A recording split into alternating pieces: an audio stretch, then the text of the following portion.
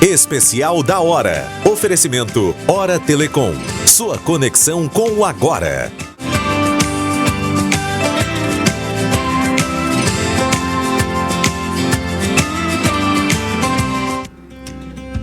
Olá, boa tarde. Nós estamos quase chegando ao finalzinho de setembro, um mês que se vestiu de amarelo com o objetivo de chamar a atenção para um problema de saúde pública que é o suicídio. No Brasil, a cada 1 hora alguém tira a própria vida. E isso acontece por vários motivos. Por isso, ao longo de todo esse mês, são discutidas formas de prevenção que possam ajudar a diminuir o sofrimento de quem acaba tirando a própria vida na tentativa de acabar com a dor psíquica que sente. Neste programa especial da Hora, nós vamos conversar com o psicólogo Carlos Aragão, que é mestre e doutor pela Universidade de Brasília. Vamos conhecer também o trabalho voluntário feito pelo Centro de Valorização da Vida, o CVV, que atende pessoas com ideação suicida. Portanto, fique ligado com a gente. Boa tarde, doutor Carlos Henrique. Obrigada por aceitar o nosso convite. Boa tarde, Cláudia. Eu que agradeço a oportunidade. Eu queria começar desmistificando o tabu que existia até então de que não se podia falar sobre suicídio. Hoje, ao contrário, as pessoas entendem que é preciso falar e levar um esclarecimento às pessoas. É verdade. Esse tabu, ainda hoje, ele existe, mas felizmente ele tem diminuído bastante, inclusive com campanhas como o Setembro Amarelo. Veja, a questão do suicídio é uma questão extremamente complexa e talvez por isso tenha se criado ao longo do tempo, né, um tabu de que não se pode falar. Mas ao contrário, né, como todos os jargões de campanhas de prevenção do suicídio, se fala que falar é a melhor solução. A questão específica em relação ao suicídio é que nós não podemos ou não devemos falar de qualquer forma, né? Há critérios estabelecidos por instituições como a Organização Mundial de Saúde, a Associação Brasileira de Psiquiatria, para que nós tenhamos alguns cuidados ao falar na mídia ou em palestras ou para o grande público, para que não exista um efeito de contágio, né, que nós chamamos de efeito Werther, principalmente em relação a jovens vulneráveis. Nós sabemos, isso baseado em evidências, que notícias ambíguas, notícias sensacionalistas... Ou quando elas são romantizadas. Romantizadas ou glamorizadas, que muitas vezes mostram locais onde as pessoas tiram as suas vidas, ou mostram métodos pelos quais as pessoas tiram as suas vidas, ou seja, tudo isso é deletério e, portanto, nós temos que ter esses cuidados. Mas não é verdade, tanto que nós estamos falando aqui, nós temos que falar, mas falar de uma forma tranquila, responsável, para que as informações baseadas em evidências e informações de qualidade cheguem ao grande público. E aí eu lhe pergunto, o que predispõe a um comportamento como esse? Há componentes genéticos e também socioambientais, espirituais? Qual é o conjunto que se forma até que a pessoa tome essa decisão? Tem duas palavras muito importantes quando nós falamos do fenômeno ou do comportamento suicida. A primeira, complexidade. E a segunda é que o suicídio é um fenômeno multideterminado. Portanto, o suicídio é um fenômeno extremamente complexo e multideterminado. O que significa dizer que ninguém tira a sua vida por um único fator. Como muitas vezes o senso comum coloca, às vezes até a própria mídia, que não tem essa informação, coloca que alguém chega ao ponto de tirar a sua vida por uma única causa. Isso não é verdade, pelo menos nós não temos evidências de que isso ocorra. O suicídio é fruto de uma interação complexa de diversos fatores. Fatores psiquiátricos, psicológicos, emocionais, ambientais, culturais, sociais, econômico-financeiros e religiosos. Quer dizer, isso não quer dizer que um caso de suicídio precise conter todos esses fatores, mas provavelmente não será um só. Então, a interação de alguns desses fatores que um dia pode levar alguém àquele túnel do sofrimento grave e que, se ele evolui nesse túnel, passando pela ideação suicida, que é quando ele começa a pensar em morte, se ele evolui negativamente nesse processo, ele começa a pensar na própria morte, mais um passo adiante, ele começa a planejar a própria morte, porque uma boa parte dos casos de suicídio são planejados, e se isso evolui negativamente, ou seja, a pessoa não pede ajuda ou se pede e não consegue, muitas vezes o túnel se fecha e é quando ela, de fato, faz uma tentativa de suicídio. Nesse período de preparação da própria morte, a pessoa costuma deixar pistas que possam ser perceptíveis por quem está à volta?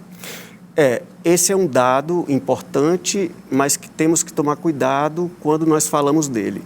Nós sabemos que uma parte das pessoas que tiram suas vidas, de alguma forma, sinalizam. Só que esses sinais nem sempre são claros, nem sempre são verbais. Às vezes são, mas nem sempre. Então, muitas vezes são sinais, quando ocorrem, né, porque isso não é generalizado, mas quando ocorrem, muitas vezes são subliminares, são sutis. E, por exemplo, o excesso de melancolia. Excesso de melancolia, por exemplo, você pode, né, se a gente for falar de alguns sinais que não necessariamente querem dizer que alguém vai tirar a própria vida, mas que podem dizer que alguém está em sofrimento. Podemos citar mudanças bruscas de comportamento, tristeza profunda, isolamento social, anedonia, que é quando as pessoas vão perdendo o prazer em atividades nas quais tinham prazer anteriormente, crises frequentes de choro sem motivos aparentes, falar muito em morte, agressividade e irritabilidade excessivas, aquelas frases melancólicas que muitas vezes são colocadas não só, né, no entorno da pessoa, mas muitas vezes nas próprias redes sociais, como minha vida não tem mais sentido, eu sinto um grande vazio, né, eu não tenho mais projetos, né, esse mundo não é mais para mim, eu só quero sumir para nunca mais voltar. Ou seja, além de um quadro que isso, na evolução do sofrimento grave, um quadro de desamparo, de desesperança e, pior ainda, de desespero. O desespero humano é o último elo dessa cadeia do comportamento suicida. Então, repito, não quer dizer que um desses sinais ou mais queiram dizer que alguém vai tirar a própria vida, mas possivelmente eles podem sinalizar que alguém não está bem, que alguém pode estar em sofrimento, às vezes até em sofrimento grave. Então, imagino que a regra deveria ser, ao menor sinal de sofrimento, ou o seu próprio ou o do outro, estenda a mão, escute e ofereça ajuda. Doutor Carlos Henrique, o senhor tocou num ponto aí que é a verbalização dessa vontade. Há um senso comum, que hoje já não se leva mais em conta, que dizia que a pessoa que quer se matar não vai dizer, não vai falar. E às vezes ela fala, né? Muitas vezes fala, muitas vezes expressa verbalmente, né? Muitas vezes não. Mas muitas vezes também sinaliza dessas outras formas, mais sutis, né? E, repito, isso não é generalizado, mas isso pode ocorrer. Então, na nossa rotina, né, no nosso dia a dia, muitas vezes isso de fato não é perceptível, né? Não é por má vontade das pessoas, afinal de contas, se você gosta de alguém, se você percebesse, né, você possivelmente iria oferecer ajuda. Mas o que eu destaco é uma atenção um pouco mais apurada, né? Esses tempos de pandemia que nós estamos convivendo mais próximos, talvez seja um momento pródigo para a gente perceber um pouco mais uns aos outros. Então, não é fácil, nem sempre é perceptível, mas, repito, ao menor sinal de sofrimento do outro ou seu próprio, ou você pede ajuda ou ofereça ajuda, porque pedir ajuda é um dos maiores fatores de proteção que nós temos. E essa ajuda que a gente oferece pode ser simplesmente a escuta do outro? Cláudia, eu penso que, não só eu, mas a escuta qualificada, né, não é qualquer escuta, uma escuta qualificada, despretensiosa, livre de julgamentos e de preconceitos e de doutrinas, eu penso que é o primeiro e mais importante passo para você ajudar alguém. Tem uma palavra-chave na relação de ajuda que é vínculo. Ou seja, qualquer relação só prospera se o vínculo for sólido. Qualquer relação. Então, à medida em que você vê alguém, principalmente em sofrimento, e que você se dispõe a escutá-la de forma genuína, né, olhando no olho, com o tempo necessário, né, sem olhar no celular, coisas dessa natureza, então é aí onde, se existe algum vínculo, ele se fortalece, e se não existe, ele é criado. né? E esse vínculo vai ser muito importante, porque eu não vou falar para você das minhas dores mais íntimas se você não estiver disposta a escutá-la ou escutá-las, né? Esse é um ponto fundamental. Aí é a história do trabalho do CVV. Né? Por falar em CVV, doutor Carlos Henrique, eu queria pedir licença ao senhor para a gente ouvir o depoimento do coordenador de comunicação do Centro de Valorização da Vida, que presta um trabalho fantástico, justamente escutando essas pessoas que muitas vezes não têm a quem recorrer. Então vamos ouvir o que diz o Eider Mendes. O Centro de Valorização da Vida, o CVV, é uma ONG, uma instituição sem fins lucrativos, que trabalha sob forma de voluntariado, dando apoio emocional às pessoas do Brasil inteiro. Ela foi criada em 1962 em São Paulo e de lá para cá somam mais de 120 postos em todo o Brasil. O Centro de Valorização da Vida presta apoio emocional às pessoas de forma empática, sem julgamentos, sem críticas, de forma anônima e sigilosa. O que as pessoas conversam com nossos voluntários fica só entre ela e o nosso voluntário. Atendemos em todo o Brasil através do telefone 188, um número fácil de gravar. A ligação é gratuita, disponível a todos os municípios do país. E quem não dispuser de telefone pode entrar em contato com o CVV através de chat, um bate-papo, através de nosso site, o cvv.org.br. Bom, a gente viu aí um exemplo de uma instituição sem fins lucrativos que trabalha na base do voluntariado. Inclusive, o doutor Carlos Henrique foi voluntário do CVV, né? Fui, Cláudia, durante 3 anos, e até hoje eu mantenho um vínculo muito forte com o CVV, e digo a você, como digo em todas as oportunidades, que a minha maior escola de escuta, se hoje eu posso dizer que eu tenho alguma qualidade na minha escuta, eu devo ao CVV. Então, mais uma vez, a escuta, na minha opinião, é o ponto inicial de uma relação de ajuda que pode prosperar.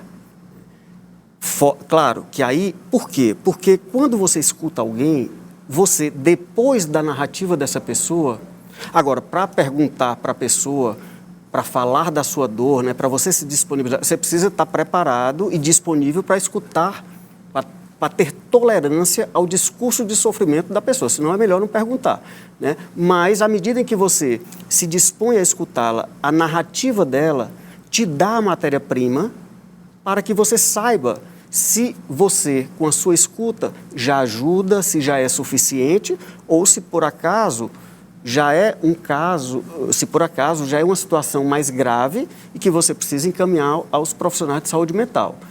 Mas você só vai saber disso, você só vai ter essa noção à medida em que você escuta alguém. Agora, doutor Carlos Henrique, vamos ser assim bem prático, tentar ajudar a quem quer ajudar outras pessoas. Imagine que alguém conhece uma pessoa próxima que está passando por essa dificuldade e ela se dispõe a ajudar.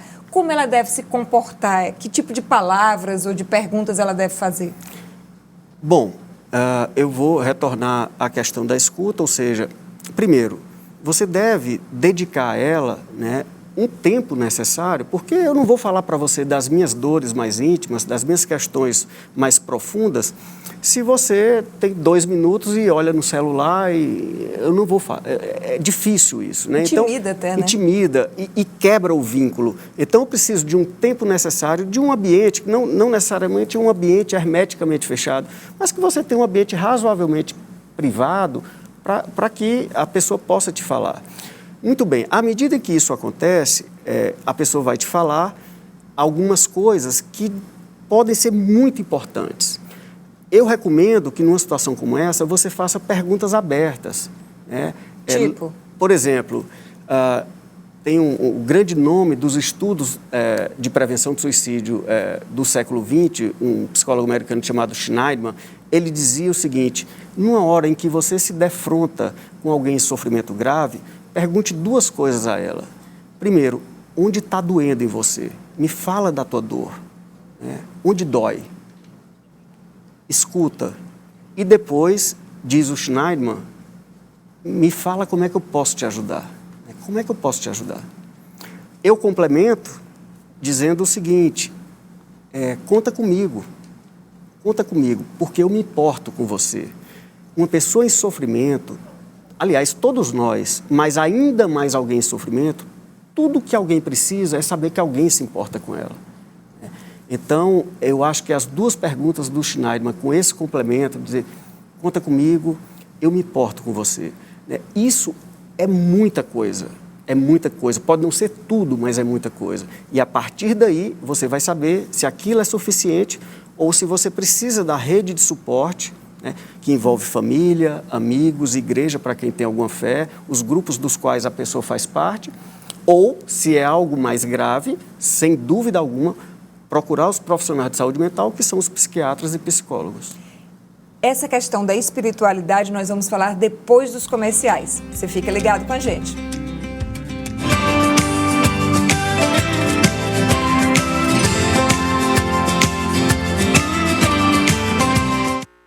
A maior cobertura do Piauí é hora, todo lugar tem. Campo Maior, José de Freitas, Luzilândia, Amarante também, em Teresina tem. É Zona Norte, Sul e Leste, tem na Zona Sudeste. A maior cobertura do Piauí é hora, todo lugar tem. Em Panorama e Barras tem regeneração, é Parnaíba, Esperantina, Luiz Correia e Timon. A melhor do Piauí é Hora Telecom. A maior cobertura do Piauí é hora, todo lugar tem. Ligue 2106-0200.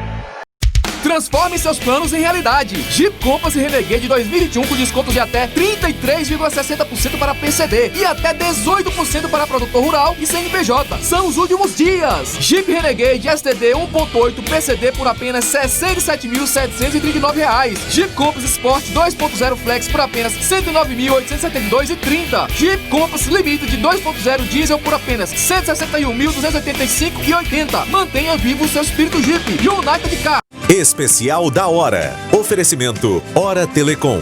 Sua conexão com o agora.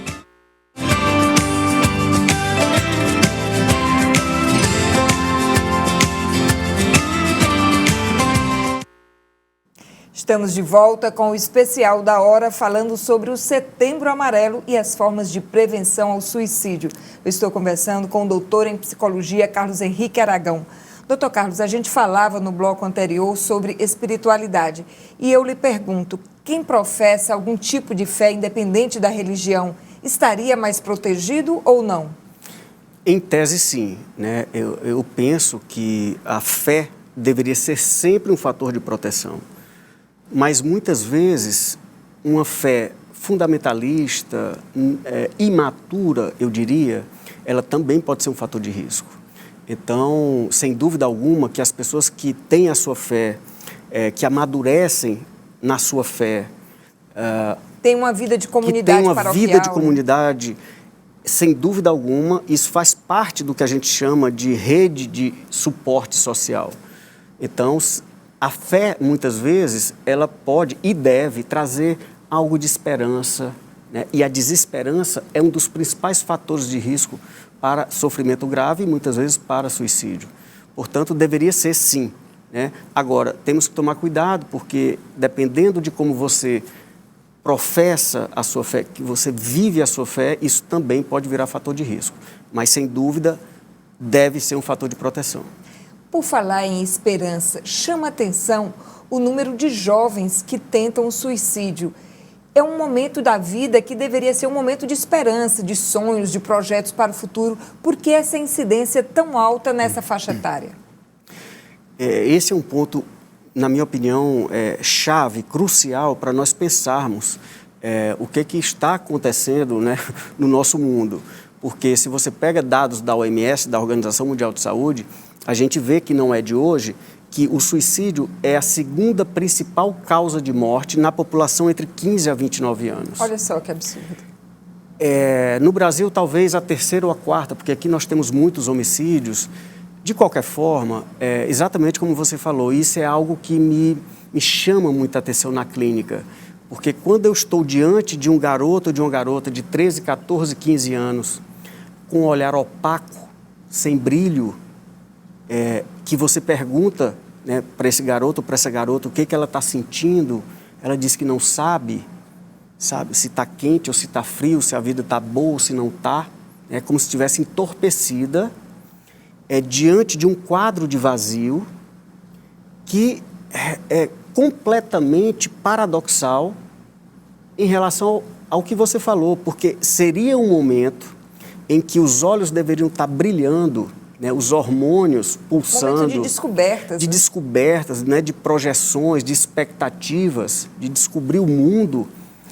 E aí dói, de fato, né, você vê muitos deles, né, com esse olhar opaco.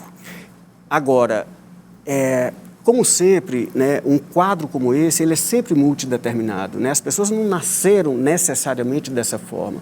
Você pode até ter um traço hereditário, né, uma predisposição a algum transtorno, alguma coisa. Mas muito disso, na minha opinião, também é fruto da formação dessa pessoa.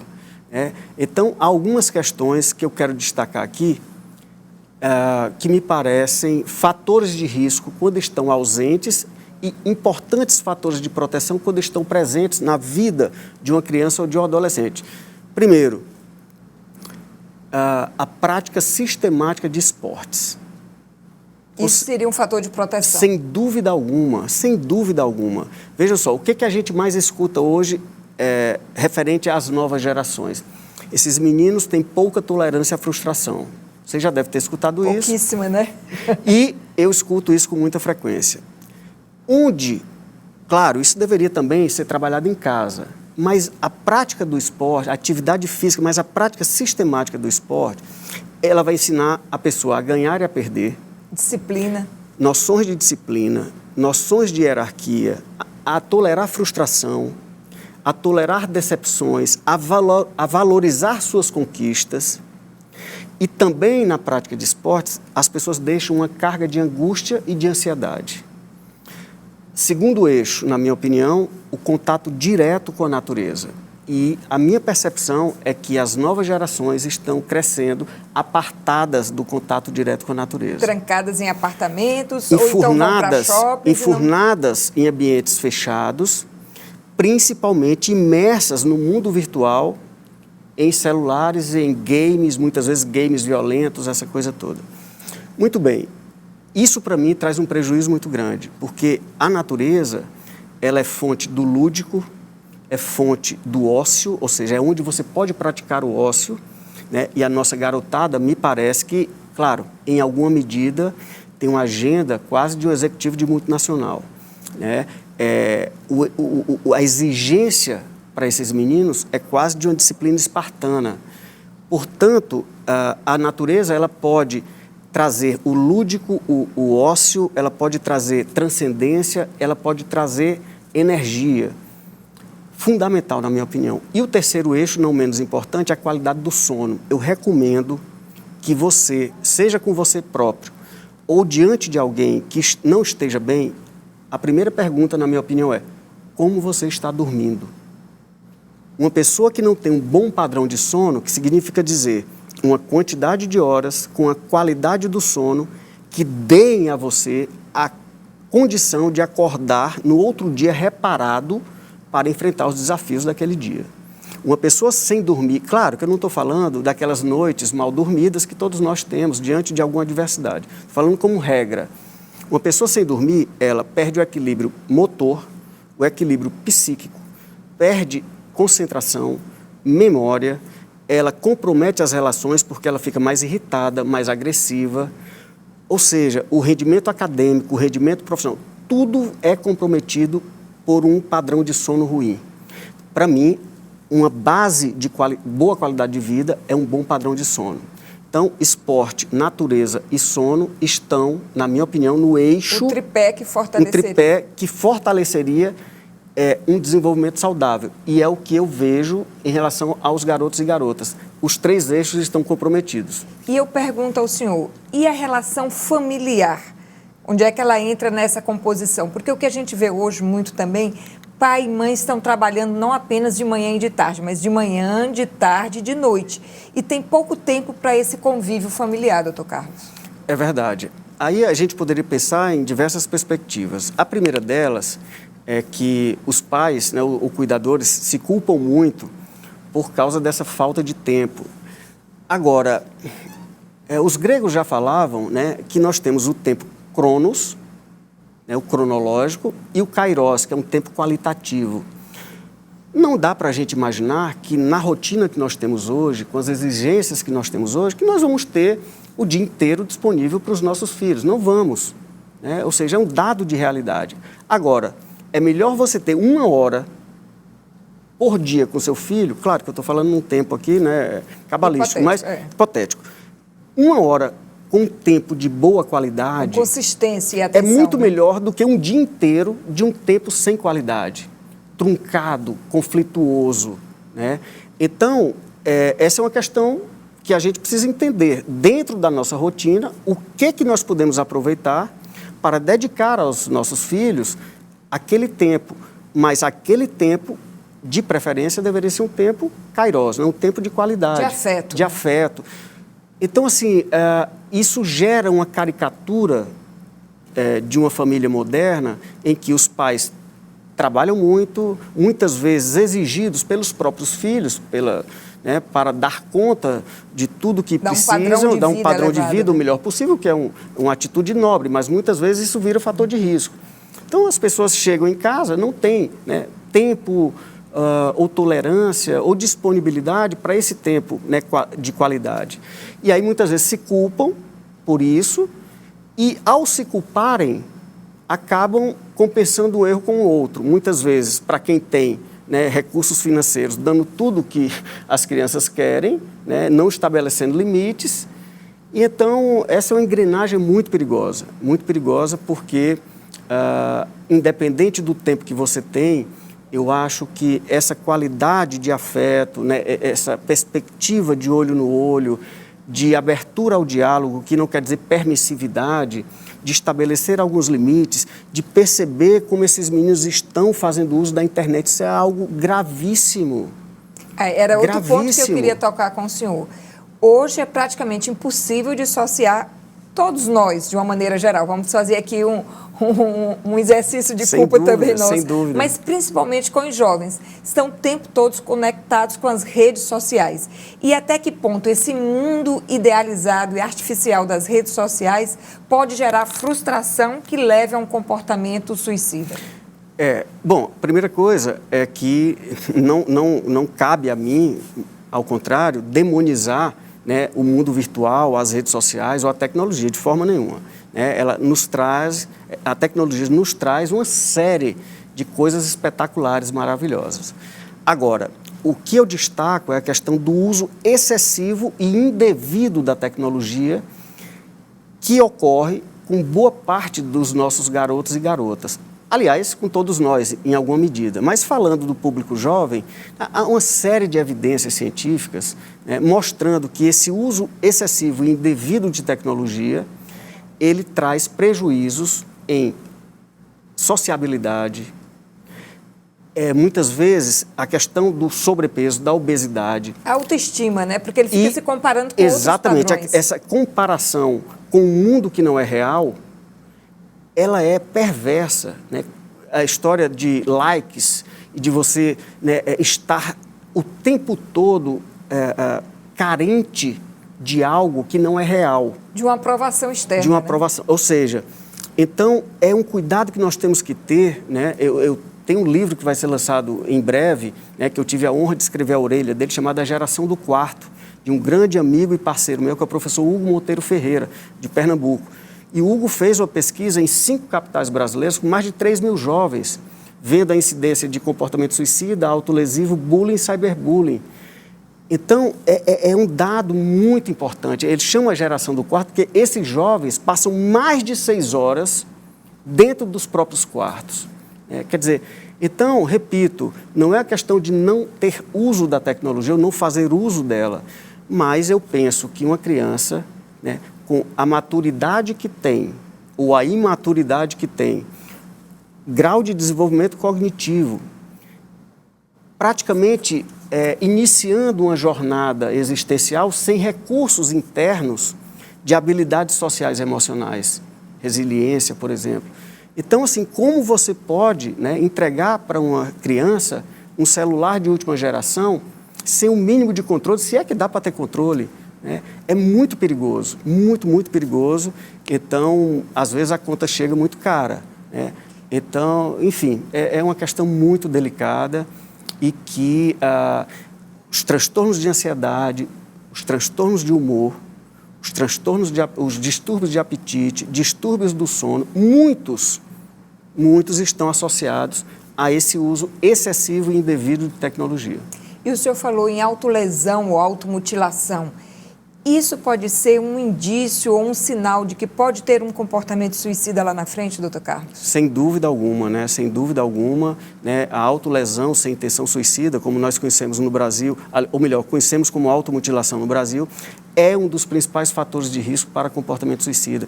Né? Os estudos modernos dizem que em torno de 65% da garotada, eu falo garotada porque a prevalência desse comportamento autolesivo, ele se dá da pré-adolescência até o adulto jovem. Então, não que não ocorra na infância ou na velhice, mas é aí onde se dá a grande prevalência.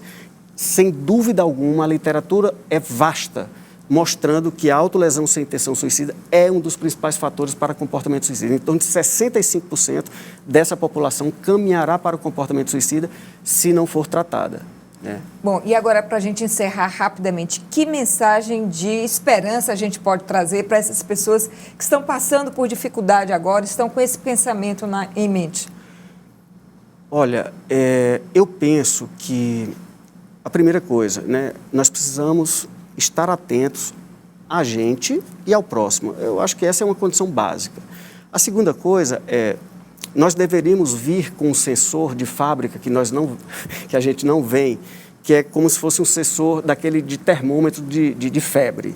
Ou seja, quando você está lá e o mercúrio acusa que você está com febre, você vai procurar ajuda, vai fazer alguma coisa. Esse termômetro deveria existir em relação ao sofrimento. Ou seja, à medida em que você perceba, em relação a você, que o peso ou fardo da vida, naquele momento, está maior do que o que você pode carregar, peça ajuda. E se você percebe que alguém está nessa situação, ofereça ajuda. Então, a mensagem final é: pedir ajuda é um grande sinal de sabedoria, de astúcia e de inteligência, ao contrário do que muitos pensam, que é um sinal de derrota, de fracasso ou de fraqueza. Pedir ajuda na hora certa, e todos nós, em algum momento, vamos precisar do outro, é um grande fator de proteção. Está aí, portanto, a dica. Muito obrigada ao Dr. Carlos Henrique Aragão. Nós estivemos aqui no Especial da Hora, falando sobre o Setembro Amarelo. Obrigada pela sua companhia. Boa tarde e um ótimo final de semana.